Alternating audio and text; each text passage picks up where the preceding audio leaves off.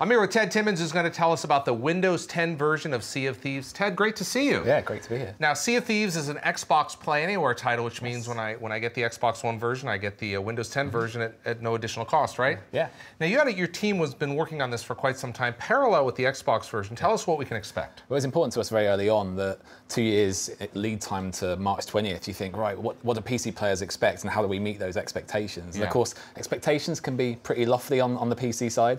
So we just set out to really create a PC game that not just, has unlocked frame rates and ultra-wide support, etc., etc. Oh, there was actually a real person running past. No, they've left a gunpowder keg. Okay, this could all go wrong. Stand by. But then of course, you looked beyond that and you go, well, why can't PC players play games with Xbox players?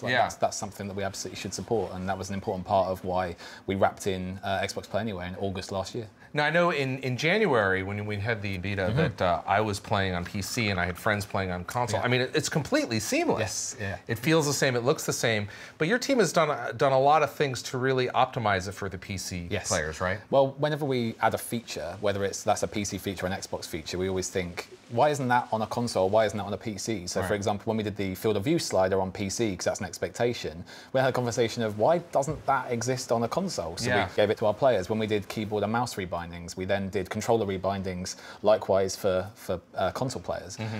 We've just had this parity approach, just because we want to make sure that whenever we release a version of Sea of Thieves, it's one build that goes to all of our players. We actually call it no asterisk crossplay. Okay. That's been our mantra, and I think it's just about breaking down barriers and just letting people play and it just how works. they want to play. It just works. Right. I don't want to do a disservice to all the infrastructure work that's gone on to make it's a bit of a dark art, but the fact that I'm just saying is that there's a lot of people that do all the hard work so that it just works. Yeah. They're doing a lot of work. We literally flicked a switch. Now, I want to talk about the settings, because you had a little bit of fun with the settings in there, because Sea of Thieves is going to run on a variety of hardware, right? Yeah, we aimed at the 4K ultra unlocked frame rate, just as you expect. Right. But at the same time, we wanted to support 540p, 15 frames a second, and it goes back to that mantra of letting people play how they want to play. Right. So when it came to the settings, we were like, well, we could do minimum, low, medium, high, ultra. But that doesn't work in the world of Sea of Thieves, does it? Yeah. Tell us about them. So instead, we've got cursed, common, rare, which is medium, so medium rare, which works quite well,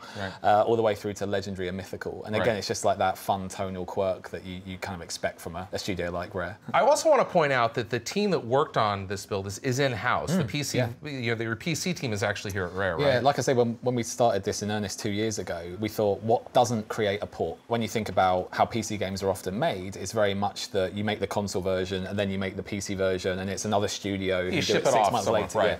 And we thought for us to really succeed as a service, then we need to always be in lockstep with console and PC. Right. So by making that process 2 years ago, it's just meant that ever since then, we're just always delivering to both platforms at the same time. And we had this, it's a bad pun, I don't know if I should make it on telly, but the only port should be opposite to starboard. There you go. Okay, well, but to your point about it being no asterisks is exactly that, that this is exactly the way it should be, and there's no compromises. Yeah, completely. We knew that by owning it in-house, we would just have full control over the quality. And of course, working with the community. When we gave them the access to the PC version almost a year ago now, we knew that, hey, we want to build this game with you, and all your expectations will ultimately be realized by working with us and giving us feedback on the game.